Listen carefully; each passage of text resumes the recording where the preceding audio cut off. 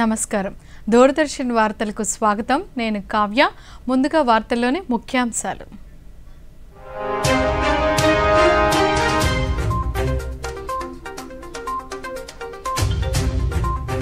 భారత్లో అమలు చేస్తున్న సంస్కరణల వల్ల ఆర్థిక వ్యవస్థ శరవేగంగా అభివృద్ధి చెందుతుందన్న రాష్ట్రపతి. ఆక్లాండ్లో భారత సంతతిని ఉద్దేశించి ప్రసంగించిన ద్రౌపది ముర్ము. ఆదివాసీల త్యాగాలను దేశం ఎప్పటికీ మర్చిపోదన్న ముఖ్యమంత్రి. విజయవాడలో నిర్వహించిన ప్రపంచ ఆదివాసీ దినోత్సవ వేడుకల్లో పాల్గొన్న ఎన్ చంద్రబాబు నాయుడు. రాష్ట్ర ప్రజలకు మెరుగైన వైద్య సేవలు అందించటమే లక్ష్యమన్న రాష్ట్ర వైద్య ఆరోగ్య శాఖ మంత్రి. నెల్లూరులోని బోధనాసుపత్రిలో డయాలసిస్ సెంటర్ ప్రారంభించిన సత్యకుమార్. రాష్ట్ర మహిళలకు త్వరలో ఉచిత బస్సు ప్రయాణ సౌకర్యం కల్పిస్తామన్న రాష్ట్ర గనుల శాఖ మంత్రి. మచిలీపట్నం ఆర్టీసీ డిపోలో 5 కొత్త బస్సులను ప్రారంభించిన కొల్లు రవీంద్ర. గూడూరులో పూర్వ ఉపరాష్ట్రపతి వెంకయ్య నాయుడు పర్యటన. డాక్టర్ సిఆర్ రెడ్డి జీవిత చరిత్ర పుస్తకాన్ని ఆవిష్కరించిన ఎం వెంకయ్య నాయుడు. ఇక వివరాలు చూద్దాం. వికసిత్ భారత్ దిశగా దేశం శరవేగంగా పయనిస్తోందని రాష్ట్రపతి ద్రౌపది ముర్ము అన్నారు.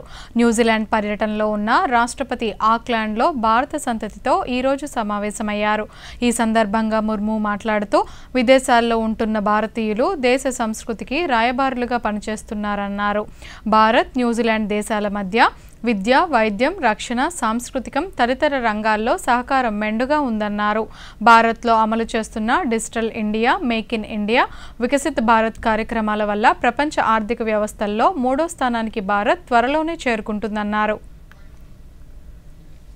यहाँ के भारतीय समुदाय इस खूबसूरत देश के सामाजिक ताने बाने का अभिन्न अंग बन गया है. भारतीय समुदाय ने यहाँ के विकास और समृद्धि में अहम भूमिका निभाई है. व्यवसायिक से लेकर शिक्षा जगत, स्वास्थ्य सेवा से लेकर प्रौद्योगिकी तक आपका योगदान अमूल्य रहा है. न्यूजीलैंड की आबादी में भारतीय मूल के लोगों की संख्या लगभग मुझे जो बताया गया है 6% है और आपका प्रभाव जीवन के हर क्षेत्र में स्पष्ट है. आपके समर्पण और कड़ी मेहनत से न केवल आपके परिवारों का उत्थान किया है बल्कि व्यापक न्यूजीलैंड समाज और अर्थव्यवस्था में भी बहुत बड़ा योगदान दिया है. हमारे कई प्रवासी सदस्यों ने इस देश में बहुत ऊंचाइयां हासिल की है. श्री आनंद सत्यानंद जी जो 2006 से 2011 तक ప్రకృతి బీభత్సంతో అతలాకుతలమైన కేరళలోని వయనాడ్ను ప్రధానమంత్రి నరేంద్ర మోదీ రేపు సందర్శించనున్నారు. రేపు ఉదయం కన్నూరు చేరుకున్న ప్రధాని నేరుగా వయనాడ్లో వరదల కారణంగా నీట మునిగిన ప్రాంతాలు, కొండచర్యలు విరిగిపడిన ప్రాంతంలో ఏరియల్ సర్వే చేయనున్నారు. అక్కడ జరుపుతున్న పునరావాస పనులపై సమీక్షిస్తారు. అంతేకాకుండా సహాయ శిబిరాల్లో ఆశ్రయం పొందుతున్న వారిని, ఆసుపత్రుల్లో చికిత్స పొందుతున్న వారిని కలవనున్నారు.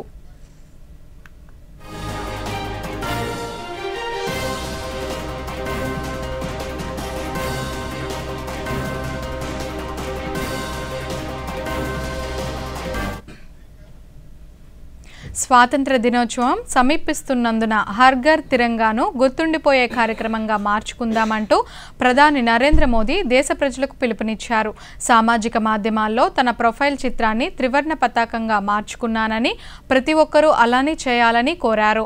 అంతేకాకుండా జాతీయ జెండాలతో సెల్ఫీలను తీసుకుని https.harghar-tiranga.comలో షేర్ చేయాల్సిందిగా మోదీ కోరారు.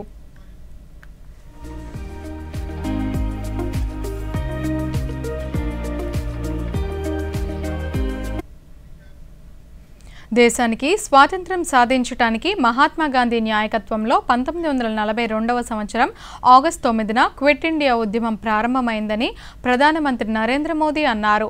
ఈ క్విట్ ఇండియా ఉద్యమాన్ని ఆలంబనగా చేసుకుని బ్రిటిష్ వారు ఈ దేశాన్ని విడిచి వెళ్లేలా లక్షలాది మంది తమ పోరాటాన్ని కొనసాగించారన్నారు.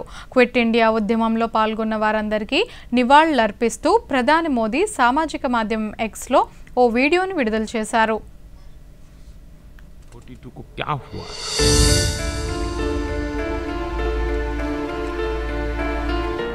महात्मा गांधी ने मंत्र दिया था और क्विट इंडिया मूवमेंट ने स्वतंत्रता की तरफ भारत के कदमों में क्विट इंडिया ఆదివాసీల త్యాగాలను దేశం ఎప్పటికీ మర్చిపోదని ముఖ్యమంత్రి చంద్రబాబు నాయుడు అన్నారు. ప్రపంచ ఆదివాసీ దినోత్సవ వేడుకలను రాష్ట్ర ప్రభుత్వ ఆధ్వర్యంలో ఈరోజు విజయవాడలో నిర్వహించారు. ఈ కార్యక్రమంలో పాల్గొన్న ముఖ్యమంత్రి నారా చంద్రబాబు నాయుడు తొలుత ఆదివాసీల సంస్కృతిలో భాగమైన నృత్యాలను, వాయిద్యాలను పరిశీలించారు. అనంతరం చంద్రబాబు మాట్లాడుతూ నాటి బ్రిటిష్ వారిపై ఆదివాసీలు పోరాడారన్నారు. రాష్ట్రంలో గిరిజనులు అన్ని రకాలుగా అభివృద్ధి చేసేందుకు ఎన్డీఏ ప్రభుత్వం పనిచేస్తుందన్నారు. ఆదివాసీలందరూ రాష్ట్రపతి ద్రౌపది ముర్మును ఆదర్శంగా తీసుకొని అన్ని రంగాల్లో అభివృద్ధి చెందాలని ఆకాంక్షించారు. వ్యక్తులందరూ కూడా గిరిజనులు ఇంకా చాలా వెనుకబడి ఉన్నారు. ఇది దృష్టిలో పెట్టుకుని 1994 ఐక్యరాజ్య సమితి సర్వసభ్య సమావేశంలో ప్రతి ఏడాది ఆగస్టు 9వ తారీఖున ప్రపంచ ఆదివాసీ దినోత్సవంగా జరుపుకోవాలని నిర్ణయించారు. అక్కడి నుంచి మీరు చూస్తే చాలా సంవత్సరాలుగా మనం జరుపుకోలేకపోయాం. తెలుగుదేశం ప్రభుత్వం వస్తానే నేను ఆ రోజు ఆదివాసీ దినోత్సవాన్ని జరపాలని ముందుకొచ్చి జీవో నెంబర్ 127 3/8/2018లో రాష్ట్రంలో ప్రతి సంవత్సరం ఆదివాసీ దినోత్సవాన్ని జరుపుకోవాలనుకున్నాం, జరిపాం. కానీ ఇటీవల కాలంలో ఇది కూడా జరపకుండా నిలిపేశారు. మళ్ళీ ఈ సాంప్రదాయానికి శ్రీకారం చుట్టిన పార్టీ ఎన్డీఏ, తెలుగుదేశం పార్టీ అని చెప్పి కూడా నేను మీకు తెలియజేస్తున్నా. ఈరోజు మన దేశానికే రాష్ట్రపతి ద్రౌపది ముర్ము గారు ఉండడం మనందరికీ గర్వకారణం. ఆవిడ్ని మీరందరూ ఒక స్ఫూర్తిగా తీసుకోవాల్సిన అవసరం ఉంది. ఒక మామూలు మహిళ ఒక స్కూల్లో టీచర్గా పనిచేస్తూ అంచెలంచెలుగా ఎదిగి ఈరోజు దేశానికి అధ్యక్షురాలు కాగలిగిందంటే అది గిరిజనులకుండే, ఆదివాసులకుండే ప్రతిభ. ఆ స్ఫూర్తిని ఆదివాసులందరూ తీసుకుని మీరు కూడా ముందుకు సాగాల్సిందిగా మిమ్మల్ని అందరినీ కోరుతున్నా. ఆదివాసులందరూ వ్యవసాయం, అటవీ ఉత్పత్తులు, హస్తకళలు, జానపద సంగీతం, నృత్యం చేయడం, సాంప్రదాయ ఆహారాలు అంటే మళ్ళీ ప్రపంచం మొత్తం ప్రకృతినే సర్వంగా నమ్ముకుని జీవించే ఆదివాసీల సంస్కృతి సంప్రదాయాలు ఎంతో విలువైనవని, వన్యప్రాణులను, చెట్టు చేమలను తోబుట్టువులుగా భావించే ఆదివాసీల జీవన గమనం ఎంతో ప్రత్యేకమైనదని రాష్ట్ర ఉప ముఖ్యమంత్రి కొణిదెల పవన్ కళ్యాణ్ పేర్కొన్నారు. ప్రపంచ ఆదివాసీ దినోత్సవం సందర్భంగా రాష్ట్రంలోని ఆదివాసులకు ఆయన శుభాకాంక్షలు తెలిపారు. ఆదివాసీ ప్రాంతాలకు మెరుగైన సౌకర్యాలు, మౌలిక వసతులు కల్పించేందుకు కృషి చేస్తామని ఆయన ఓ ప్రకటనలో పేర్కొన్నారు.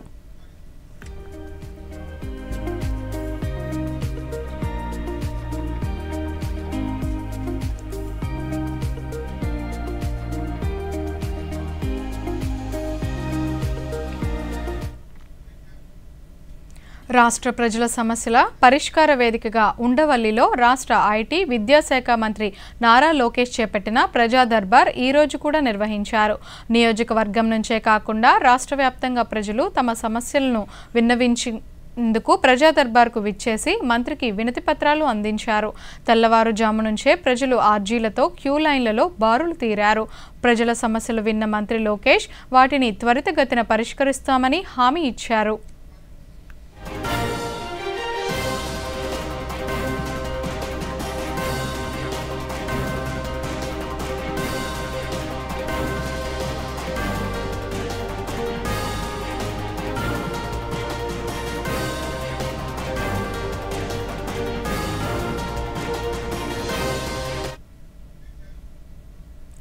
రాష్ట్ర ప్రజలకు మెరుగైన వైద్య సేవలు అందించేందుకు ప్రభుత్వం చర్యలు చేపట్టిందని రాష్ట్ర వైద్య ఆరోగ్య శాఖ మంత్రి సత్యకుమార్ పేర్కొన్నారు. నెల్లూరులోని బోధనాసుపత్రిలో డయాలసిస్ సెంటర్ను స్థానిక ఎమ్మెల్యే కోటంరెడ్డి శ్రీధర్ రెడ్డితో కలిసి మంత్రి ప్రారంభించారు. ఈ సందర్భంగా ఆయన మీడియాతో మాట్లాడుతూ గత ప్రభుత్వం ఆసుపత్రులను ఆదాయ వనరుగా మార్చుకొని దోపిడీ సాగించిందని, ఈ పరిస్థితిని చక్కదిద్ది మౌలిక వసతులను కల్పించడంపై దృష్టి సారించామన్నారు. పొదలకూరు, వింజామూరు ఆసుపత్రుల్లో కూడా డయాలసిస్ యూనిట్లను త్వరలోనే ఏర్పాటు చేయనున్నట్లు తెలిపారు. ఒక మెరుగైన వైద్య సేవల్ని ప్రభుత్వ ఆసుపత్రుల్లో అందించడం కోసం ఈ ప్రజాప్రభుత్వం పనిచేస్తా ఉంది. చంద్రబాబు నాయుడు గారు పదే పదే సమీక్షలు నిర్వహిస్తూ రాష్ట్రంలో పేదలందరికీ కూడా మెరుగైన వైద్యం ఉచితంగా అందాలని ఆదేశించడం జరిగింది. మూత్రపిండ వ్యాధికి ప్రజలు గురవుతున్నారు. ప్రతి ఏటా 2,30,000 మంది కొత్తగా ఈ మూత్రపిండ వ్యాధితో చేరుతున్నారు. సో ఇంత పెద్ద ఎత్తున ఈ సమస్య తీవ్రంగా ఉంది, పని చేస్తూ ఉంది. కేంద్ర ప్రభుత్వం కూడా అనేక రకాలుగా NHM ద్వారా కూడా నిధులు అందిస్తూ ప్రజలకు అండగా నిలబడే ప్రయత్నం చేస్తూ ఉంది. మెరుగైన వైద్య సేవలు అందించే క్రమంలో ప్రభుత్వానికి ప్రజలకు అండగా నిలబడడం అభినందనీయం. గతంలో ఎప్పుడు రాష్ట్ర వ్యాప్తంగా మహిళలకు త్వరలో ఉచిత బస్సు ప్రయాణ సౌకర్యం కల్పించనున్నట్లు రాష్ట్ర గనులు, భూగర్భ వనరుల శాఖ మంత్రి కొల్లు రవీంద్ర పేర్కొన్నారు. మచిలీపట్నం ఆర్టీసీ డిపోలో 5 కొత్త బస్సులను ప్రారంభించిన మంత్రి మాట్లాడుతూ గతంలో తమ ప్రభుత్వం ఆర్టీసీ బలోపేతానికి, ఆర్టీసీ కార్మికుల సంక్షేమానికి కృషి చేయగా వైసీపీ ప్రభుత్వం విలీనం పేరుతో ఆర్టీసీని అప్పులపాలు చేసిందన్నారు. తిరిగి కూటమి ప్రభుత్వం అధికారంలోకి రాగానే ఆర్టీసీ బలోపేతానికి ముఖ్యమంత్రి చర్యలు చేపట్టారన్నారు. ఇచ్చిన హామీ మేరకు త్వరలో మహిళలకు ఉచిత బస్సు ప్రయాణం కల్పించనున్నామన్నారు.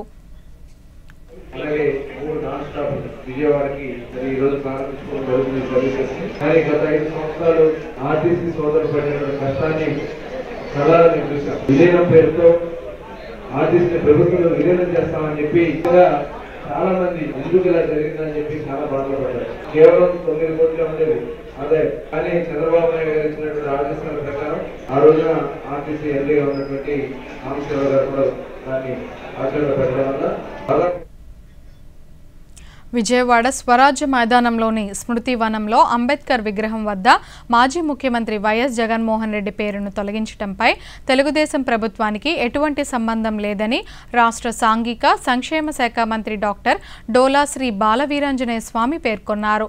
ఒంగోలులో నిర్వహించిన ప్రపంచ ఆదివాసీ దినోత్సవాల వేడుకల్లో పాల్గొన్న అనంతరం మంత్రి మాట్లాడుతూ అంబేద్కర్ విగ్రహం వద్ద అంబేద్కర్ పేరు కంటే జగన్మోహన్ రెడ్డి పేరు పెద్దగా ఉందని అంబేద్కర్ వాదులు ప్రభుత్వానికి ఫిర్యాదు చేశారని తెలిపారు.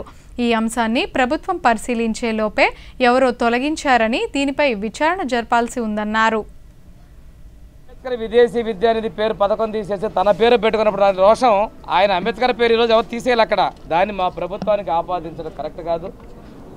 ఈ రోజున అంబేద్కర్ గారి విగ్రహాన్ని గురించో అంబేద్కర్ గారి గురించో ఎటువంటి నొక్కు జరగల. ఈరోజు ఎటువంటి దుశ్చర్యలు మీరు మానుకోవాలి. మీరు చేసిన పాపాన్ని ప్రజలు మనకు అడిగేశారు. దీనికి ప్రభుత్వానికి ఎటువంటి సంబంధం లేదు. ప్రభుత్వం ఎక్కడ ఎవరి పేర్లు తొలగించలేదు. ఆయన పరామర్శకి వెళ్తామంటే మేము ఆపకుండా వెళ్ళమని చెప్పాం, కానీ మీలాగా మా ఇళ్ళకి తాళ్లు కట్టలేదు, మా మీద కేసులు పెట్టలేదు, గృహ నిర్బంధాలు చేయలే. నిన్నేమో ఈవీఎంలు ట్యాంపర్ అన్నాడు. మనిషికి 2 మాట్లాడే ప్రతి దానిలో కూడా ఆయన ఈరోజు ఆయన మాట్లాడే ప్రతిదీ కూడా. వార్తల్లో స్వల్ప విరామం. ఈవేళ పార్టీ కావాలంతే. ముందు ఛాంపియన్ తో సెల్ఫీ తీసుకుందాం. ఐడియా, ఇక్కడే చేసుకుందాం పార్టీ. Pizza party. ఏది నీ కార్డు పిన్ను నా కార్డ్ డీటెయిల్స్ స్వయంగా వేస్తాను. ఆర్బీఐ అంటుంది మీ పిన్, ఓటీపీ, సివివి లేదా ఇంటర్నెట్ బ్యాంకింగ్ పాస్వర్డ్ ఎవరితోనూ షేర్ చేసుకోకండి. ఆన్లైన్ బ్యాంకింగ్ మీ సొంత కంప్యూటర్, మొబైల్ ఇంకా సిక్యూర్ నెట్వర్క్ నుంచే చేయండి. By girls. ఎక్కడికి వెళ్తున్నావు? వినలేదా? No sharing. ఆర్బీఐ అంటుంది విషయాలు తెలుసుకోండి, జాగరూకంగా ఉండండి. Back to news. ఈవీఎంల వెరిఫికేషన్ కోసం వైసీపీ అభ్యర్థి ఎన్నికల సంఘానికి చేసిన అభ్యర్థన మేరకు ఎన్నికల సంఘం సూచన మేరకు ఈ నెల 19 నుంచి 25 లోపు ఈవీఎంల వెరిఫికేషన్ నిర్వహిస్తున్నామని ప్రకాశం జిల్లా కలెక్టర్ ఏ తమీం అన్సారియా తెలిపారు. ఒంగోలులో ఆమె మాట్లాడుతూ ఒంగోలు అసెంబ్లీ నియోజకవర్గ పరిధిలోని 12 పోలింగ్ కేంద్రాల్లో ఈవీఎంల పరిశీలన నిర్వహించనున్నట్లు తెలిపారు. ప్రస్తుతం నిర్వహించే ప్రక్రియ రీకౌంటింగ్, రీపోలింగ్ కాదన్నారు. డిపార్ట్మెంట్ బెల్ నుంచి వస్తారు. వారు వచ్చి డమ్మీ బ్యాలెట్ పేపర్ని వచ్చి ప్రాసెస్ చూపిస్తారు, అంటే ఎలా అక్కడ జరిగింది అని. దానికి ఒక ఎంటైర్ ప్రొసీజర్ ఉంది. ఓకే, అవి అన్నీ కూడా డీటెయిల్గా మనం ప్రశ్నించవచ్చు. దీంట్లో ఇప్పుడు అది దాని గురించి చెప్పడానికి ఇట్స్ నాట్ రీకౌంటింగ్, అది చెక్కింగ్ అండ్ వెరిఫికేషన్స్. దాంట్లో చెక్కింగ్ అండ్ వెరిఫికేషన్కే ఒక 12, ఇది 5% of the total polling units. ఇక్కడ ఒంగోలు అసెంబ్లీ కాన్స్టిట్యూషన్ దాని 12 పోలింగ్ స్టేషన్ సంబంధించిన బ్యాలెట్స్ యూనిట్స్ని తీసుకుని దానికి బెల్ నుంచి మనకు 19 నుంచి. కాకినాడలోని అచ్చంపేట ఆదికవి నన్నయ్య యూనివర్సిటీ ఎంఎస్ఎన్ క్యాంపస్లో ప్రపంచ గిరిజన దినోత్సవ వేడుకలు ఘనంగా నిర్వహించారు. ఈ సందర్భంగా విద్యాలయ ప్రిన్సిపల్ ప్రశాంతిశ్రీ మాట్లాడుతూ గిరిజనులు ఎటువంటి కల్మషం లేకుండా ప్రకృతి ఒడిలో జీవించే స్వేచ్ఛా జీవులన్నారు. గిరిజనులు ప్రకృతి సద్వినియోగం చేసుకుంటూ ఆధునికతకు దూరంగా విభిన్నమైన నాగరికతతో ఎంతో మనోధైర్యంతో అడవుల్లో జీవితం గడుపుతున్నారన్నారు. నీటిని ఎంత పొదుపుగా వినియోగించుకోవాలో గిరిజనులకు బాగా తెలుసునని అన్నారు. బ్యాంబూ ప్లాంట్స్ ఇవన్నీ కూడా వాళ్ళ యొక్క జీవన ఉపాధిగా, వాళ్ళు జీవిత వృత్తిగా వాళ్ళు బతకడం అనేది ఇది చాలా గర్వంగా చెప్పొచ్చు. ఎందుకంటే వాళ్ళకి అనేక విధాలైన నాగరికత ఉంది.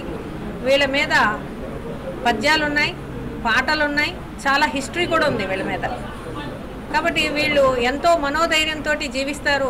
మనకు ఒక క్షణం కరెంట్ లేకపోతే ఉండలేం, కానీ నిరంతరం వాళ్ళు కరెంట్ అనేదే తెలీదు, నీరు అనేదే తెలీదు. కానీ కొన్ని మైళ్ళ దూరాన వాళ్ళు వెళ్ళి నీరు తీసుకొచ్చుకొని ఆ నీరు ఒక విలువను వాళ్ళు సద్వినియోగం చేసుకుంటారు. వాళ్ళకున్న ధైర్యం భగవంతుడికి ఇచ్చిన వరం కింద మనం భావించాలి. ఎందుకంటే నెల్లూరు రుచులకు దేశ విదేశాల్లో అభిమానులు ఉన్నారని, నేను అమెరికా వెళ్లినా ఇక్కడ నుంచి చింతకాయ పచ్చడి తీసుకువెళతానని పూర్వ ఉపరాష్ట్రపతి ముప్పవరపు వెంకయ్యనాయుడు పేర్కొన్నారు. తిరుపతి జిల్లా గూడూరులోని దువ్వూరు రవణమ్మ మహిళా కళాశాలలో నిర్వహించిన ఓ కార్యక్రమంలో పాల్గొని శ్యామ్ సుందర్ రెడ్డి, డాక్టర్ సిఆర్ రెడ్డి విగ్రహాలను ఆవిష్కరించారు. డాక్టర్ సిఆర్ రెడ్డి జీవిత చరిత్ర పుస్తకాన్ని ఆవిష్కరించారు. ఈ సందర్భంగా ఆయన మాట్లాడుతూ సామాజిక అభివృద్ధి శూన్యమైన ఆ రోజుల్లోనే మహిళల కోసమే ఒక కళాశాల ఏర్పాటు చేయటం అనేది గొప్ప విషయమన్నారు. నాగరికత, టెక్నాలజీ అభివృద్ధి చెందిన కొన్ని ప్రాంతాల్లో ఇంకా లింగ వివక్షత ఉందన్నారు. నెల్లూరు చేపల పులుసు, నెల్లూరు మినూరు పచ్చడి, నెల్లూరు ఎండుమిరపకాయల పచ్చడి, నెల్లూరు పచ్చళ్ళు ఎక్కడికి వెళ్ళినా చాలా ప్రత్యేకం. దేశం పేరు కూడా మనం భారతదేశంలో మనం ఏమంటాం, మదర్ ల్యాండ్ అంటాం. ఎందుకంటే స్త్రీకి ఆ ప్రాధాన్యత మొదటి నుంచి మన పురాణాల్లో ఉంది, మన పూర్వీకుల కాలంలో కూడా ఉంది. ఎక్కడ స్త్రీలు గౌరవంగా చూడబడతారో అక్కడ దేవతలు ఉంటారని చెప్పి పెద్దవాళ్ళు చెప్పేవాళ్ళు. అంటే స్త్రీకి అంతటి ప్రాధాన్యత ఇచ్చేవాళ్ళు. అదేవిధంగా మహిళల పట్ల అత్యాచారాలు కూడా జరుగుతున్నది దురదృష్టవశాత్తు. ఇంకా చిన్న పిల్లలతో సహా మనం చూసుకున్నాం. దురదృష్టకరమైంది. ఇలాంటి అత్యాచారాలు, ఇలాంటి వివక్షత, వీటిని దూరంగా పాల్గొనాల్సిన కర్తవ్యం మనందరి పైన కూడా సమాజం పైన కూడా ఉంది. ప్రపంచం అంతా అభివృద్ధి చెందిందని చెప్పబడుతున్నా ఈ లైంగిక హింస, అలాగే అసమానతలు, బాల్య వివాహాలు ఇంకా కొన్ని ప్రాంతాల్లో, అలాగే అమ్మాయిలు. గిడుగు రామ్మూర్తి పంతులు గారి స్ఫూర్తితో ఆదివాసీల సంప్రదాయాలను కాపాడేందుకు కృషి చేస్తామని రాష్ట్ర వ్యవసాయ సహకార శాఖ మంత్రి కింజరపు అచ్చెన్నాయుడు తెలిపారు. ప్రపంచ ఆదివాసీ దినోత్సవం సందర్భంగా ఆయన రాష్ట్ర ఆదివాసీలకు శుభాకాంక్షలు తెలిపారు. ఆదివాసీల సంస్కృతికి నిదర్శనమైన ఆదివాసీల భాషను సంరక్షించి సవర భాషకు లిపిని గిడుగు రామ్మూర్తి పంతులు నిక్షిప్తం చేశారని ఓ ప్రకటన ద్వారా తెలిపారు.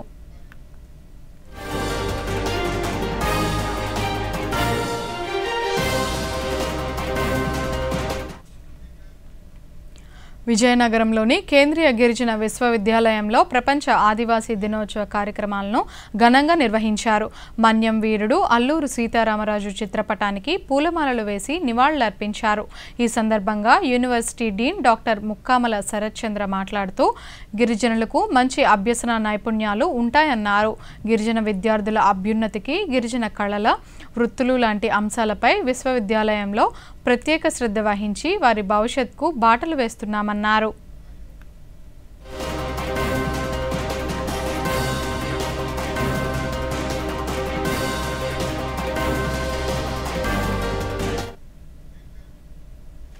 మొబైల్ ఫోన్లు దొంగలించే వారిపై ప్రత్యేక నిఘా వేశామని, చాట్బాట్ సేవల ద్వారా బాధితులకు న్యాయం చేస్తున్నామని అనంతపురం జిల్లా ఎస్పీ మురళీకృష్ణ తెలిపారు. అనంతపురంలోని తన కార్యాలయంలో పోలీస్ శాఖ రికవరీ చేసిన మొబైల్ ఫోన్లను ఆయన బాధితులకు అందజేశారు. ఈ సందర్భంగా ఎస్పీ మాట్లాడుతూ గ్రామాలు, పట్టణాల్లోని రద్దీ ప్రదేశాల్లో నిఘా కెమెరాలను విస్తృతం చేస్తున్నామన్నారు. మొబైల్ చోరీకి గురైన, మిస్ అయిన చాట్బాట్లో CEIR ద్వారా నమోదు చేసుకోవాలని సూచించారు. బిల్లులు లేకుండా సెల్ ఫోన్ అమ్ముతామంటూ నమ్మబలికే వ్యక్తులు, దుకాణాలు, రద్దీ ప్రాంతాల్లో అనుమానాస్పదంగా సంచరించే వారిపై సమీపంలోని పోలీస్ స్టేషన్కు లేదా 100కు సమాచారం చేరవేయాలని విజ్ఞప్తి చేశారు. ఇవ్వడం అనేటటువంటిది ఈ దఫాలో 266 మొబైల్స్ని మనం ట్రేస్ చేసి అవన్నిటిని కూడా బాధితులకు ఇవ్వడం జరుగుతుంది. దీనిలో మిస్ అయినవి ఒక 221 మరియు ఒక 45 మొబైల్స్ చోరీకి గురైనవిగా అదర్ స్టేట్స్లో కూడా ఇవి ఉన్నవి ఐడెంటిఫై చేసుకొని అటు కర్ణాటకలో కానీ ఇటు తెలంగాణలో కానీ ఉన్న వాటిని కూడా మనం టీమ్స్ని పంపించి ట్రేస్ చేసి తీసుకొచ్చి వాళ్ళకి ఈరోజు ఇవ్వడం అనేటటువంటిది జరుగుతుంది. అందరూ కూడా దీనిని మరింత ప్రాచుర్యంలోకి తీసుకుని వెళ్ళాలి. ప్రజలందరికీ కూడా దీన్ని అందుబాటులోకి తీసుకుని వెళ్ళాలి. ముఖ్యంగా ఈ మొబైల్ ఏదైతే ఉందో దానిలో చాలా పర్సనల్ ఇన్ఫర్మేషన్ అనేటటువంటిది ఉంటుంది కాబట్టి చాలా జాగ్రత్తలు తీసుకోవాలి. పాస్వర్డ్స్ లాంటివి దాన్ని పెట్టుకోవాలి. మీ యొక్క మొబైల్స్ అనేటటువంటివి చాలా విలువైనటువంటి ఇన్ఫర్మేషన్ సాధనాలు, వాటిని చాలా జాగ్రత్తగా ఉంచుకోవాలి. సో తర్వాత ఎవరైతే శ్రీకాకుళం జిల్లాలో మొబైల్ ఫోన్లు పోగొట్టుకున్న వాళ్ళు central equipment identity register portal ద్వారా CEIR.gov.in అనే పబ్లిక్ వెబ్సైట్లో బ్లాకింగ్ రిక్వెస్ట్ను రిజిస్టర్ చేసుకోవాలని జిల్లా అదనపు SP doctor G Prem Kajal తెలిపారు. ఫోన్లు పోగొట్టుకున్న వారికి ఈ యాప్ ద్వారా గుర్తించి సంబంధిత వ్యక్తులకు అందించారు. ఈ సందర్భంగా అదనపు ఎస్పీ మాట్లాడుతూ ఈ రిక్వెస్ట్ల ద్వారా ఈ ఏడాది జూన్ 21వ తేదీ నుండి పోగొట్టుకున్న సుమారు 100 సెల్ ఫోన్లను రికవరీ చేశామన్నారు. 618 ఫోన్లను రికవరీ చేశారు. సో వర్త్ వచ్చేసి మనకి 79 lakhs. సో మనకి దీనికి సంబంధించి పబ్లిక్ని రిక్వెస్ట్ చేయడం ఏంటంటే CEIR పోర్టల్ ఏదైతే ఉందో ఆ పోర్టల్లో మీరు మీ ఫోన్ లాస్ అయిన వెంటనే కంప్లైంట్ రేజ్ చేయండి. సో దట్ మనకి అది నెక్స్ట్ దాని ప్రొసీజర్ ప్రకారం మనం దాన్ని రికవరీ చేసి పబ్లిక్ ఇవ్వడం జరుగుతుంది. భారత నావికాదళ ప్రధాన కేంద్రం న్యూఢిల్లీ వైస్ అడ్మిరల్ ఏవై సర్దేశాయి ఈరోజు రాష్ట్ర సచివాలయంలో ప్రభుత్వ ప్రధాన కార్యదర్శి నీరబ్ కుమార్ ప్రసాద్ను మర్యాదపూర్వకంగా కలిశారు. ఈ సందర్భంగా ఇరువురు అధికారులు రాష్ట్రంలో నావికాదళ కార్యకలాపాలకు సంబంధించిన పలు అంశాలపై చర్చించారు. ఈ కార్యక్రమంలో రియర్ అడ్మిరల్ గిరీష్ కేకార్, రాష్ట్ర రెవెన్యూ శాఖ ప్రత్యేక ప్రధాన కార్యదర్శి RP సిసోడియా పాల్గొన్నారు.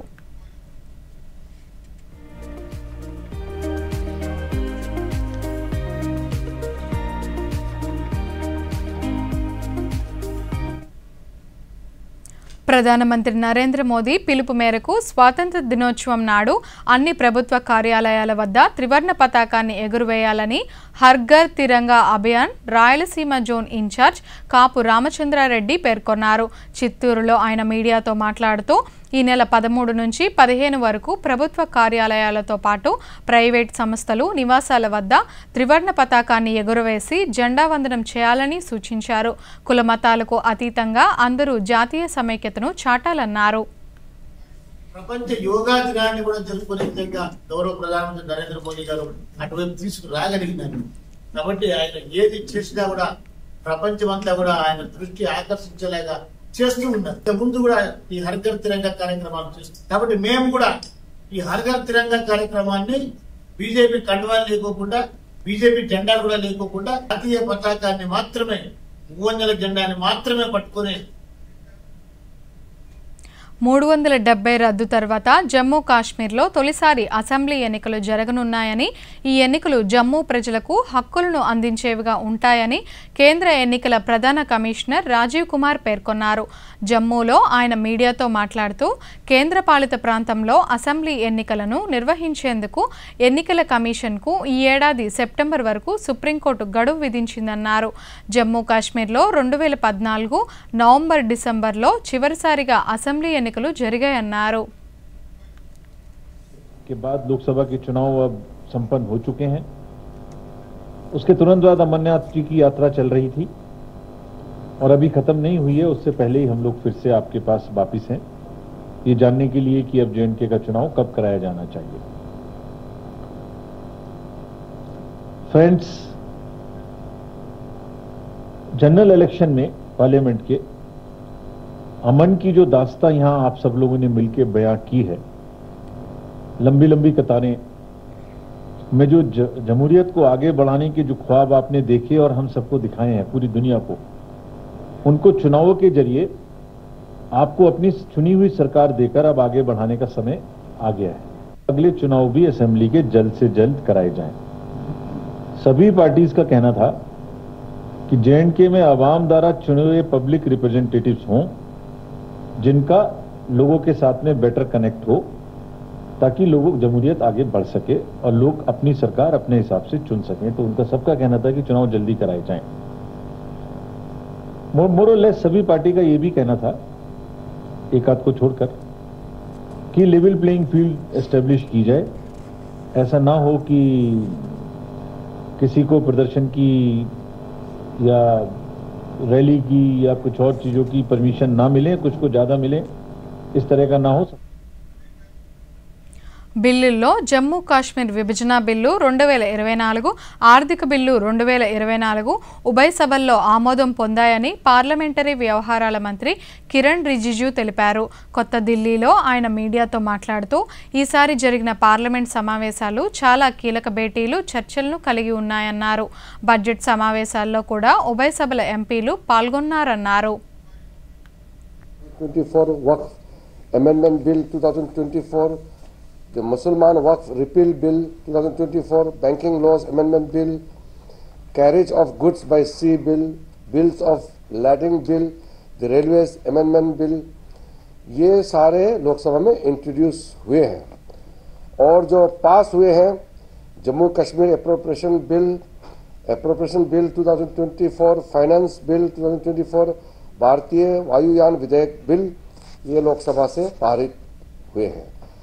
और राज्यसभा में जो बिल्स इंट्रोड्यूस किए हैं, the oil fields regulation and development amendment bill 2024, the boilers bill 2024, जो राज्यसभा में बिल पास किए हैं, जम्मू कश्मीर अप्रोप्रिएशन। దేశీయ స్టాక్ మార్కెట్ సూచీలు ఈరోజు భారీ లాభాల్లో ముగిశాయి.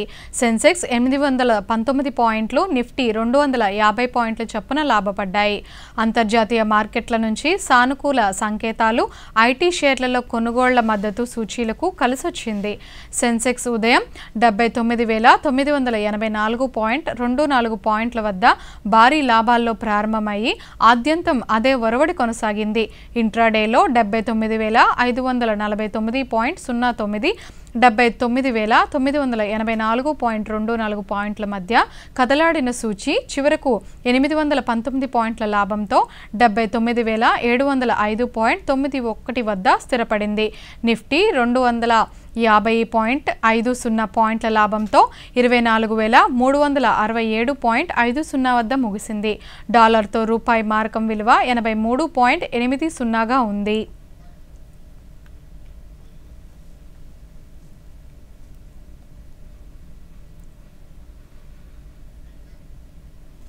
ఈ వార్తలు ఇంతటితో సమాప్తం. నమస్కారం.